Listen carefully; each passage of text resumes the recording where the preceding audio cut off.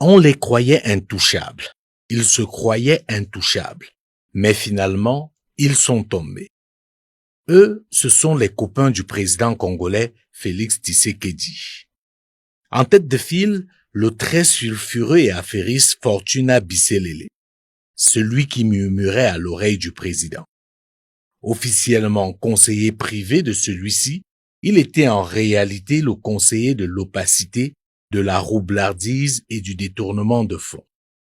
Même si d'après nos sources, sa chute a été précipitée par une probable duplicité dans la crise entre la République démocratique du Congo et le Rwanda, il faut noter que Fortuna Bisselele est considéré par plusieurs observateurs comme le pape des scandales financiers en République démocratique du Congo. Le plus célèbre cas étant le vol de 20 millions de dollars à la banque Afriland First Bank CD dans l'affaire dite de la mine de Nanga. Et par la suite, à travers son réseau et le trafic d'influence, il va œuvrer en complicité avec plusieurs autorités congolaises pour purement et simplement détruire Afriland First Bank CD pour masquer son crime. À côté de cela, son nom est régulièrement cité dans les affaires de corruption et de détournement de fonds. En deuxième position vient Jean-Claude Kabongo, surnommé JCK, le pape des rétrocommissions, occupant le très prisé poste de conseiller spécial chargé des investigations. Ce dernier est pourtant celui qui avait décidé de chasser de la RDC tous les investisseurs qui refuseraient de dealer avec lui. Pour lui, les choses étaient simples. Vous voulez investir au Congo? Alors, dites-moi ce que je gagne ou vais gagner avec votre arrivée. Ainsi, les investisseurs étaient rackettés en amont et en aval. Pour qu'ils regardent votre projet, il fallait passer à la caisse. Pour qu'ils traitent votre dossier, il fallait passer à la caisse. Pour que vous puissiez mettre votre projet en œuvre, il fallait encore passer à la caisse ou lui assurer des parts dans votre affaire. C'est ainsi que plusieurs investisseurs, et pas des moindres, ont renoncé à investir dans ce pays. Le nom de Jean-Claude Kabongo est largement cité dans le fameux rapport Congo Hold Up. D'après ce rapport, il serait directeur de 4 sociétés: JCK Holding, JCK Trading, JCK Consulting et la Société Générale de Transit Sojet. Même s'il a démenti ces affirmations, il est clair que son caractère véreux, lui, ne fait l'ombre d'aucun doute. D'ailleurs, dans le dossier Tenke Fongurun, son nom revient avec emphase, ainsi que celui de Fortuna Bisselele. Ils auraient perçu, d'après le site congolais scooprdc.net, 1,5 million de dollars pour bloquer le travail de la commission chargée à l'époque de revisiter les contrats miniers. Le troisième larron, c'est Alexis Kayembe, qui lui était conseiller spécial en matière d'infrastructure.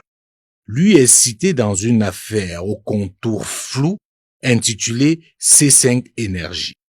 Dans la même lignée, le projet Tilegelou au Kasaï, conduit par lui, a été considéré comme un véritable nid de détournement avec des sociétés fictives.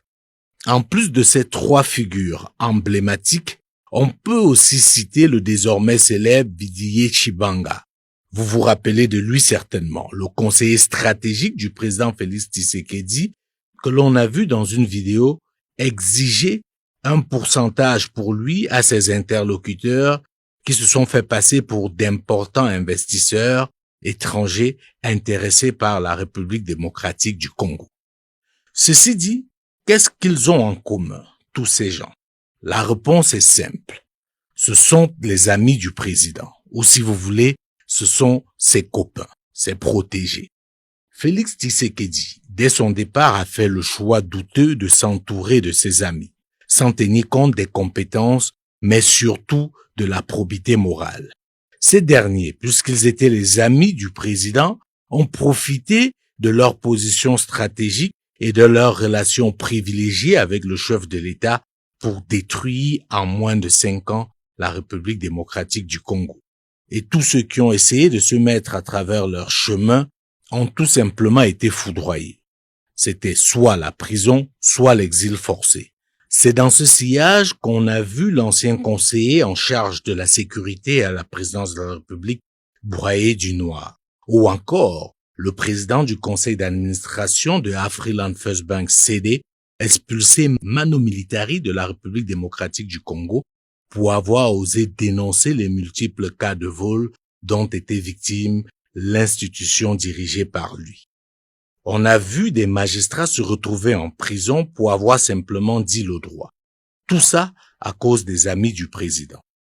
C'est pour cela que cette disgrâce, qui arrive selon tous les observateurs trop tard, interroge, notamment sur le rôle joué par le président de la République lui-même. Car pendant longtemps, il a fait le choix de protéger ses petits copains alors que tous les éléments étaient à sa disposition pour lui faire savoir les différents scandales dans lesquels ces derniers étaient impliqués. La deuxième interrogation, c'est au niveau de l'opportunité de ce désaveu. Surtout que pour certains observateurs, on est là à quelques mois de l'élection présidentielle.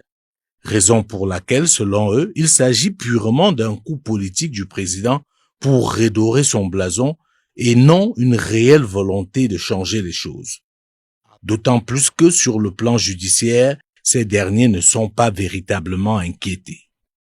C'est pour cela que certains continuent de dire que cette mise à l'écart est un simple calcul politique dans l'optique d'obtenir un hypothétique second mandat et les ramener aux affaires. Car, selon ces derniers, la République des copains est la seule que connaisse l'actuel président de la République démocratique du Congo.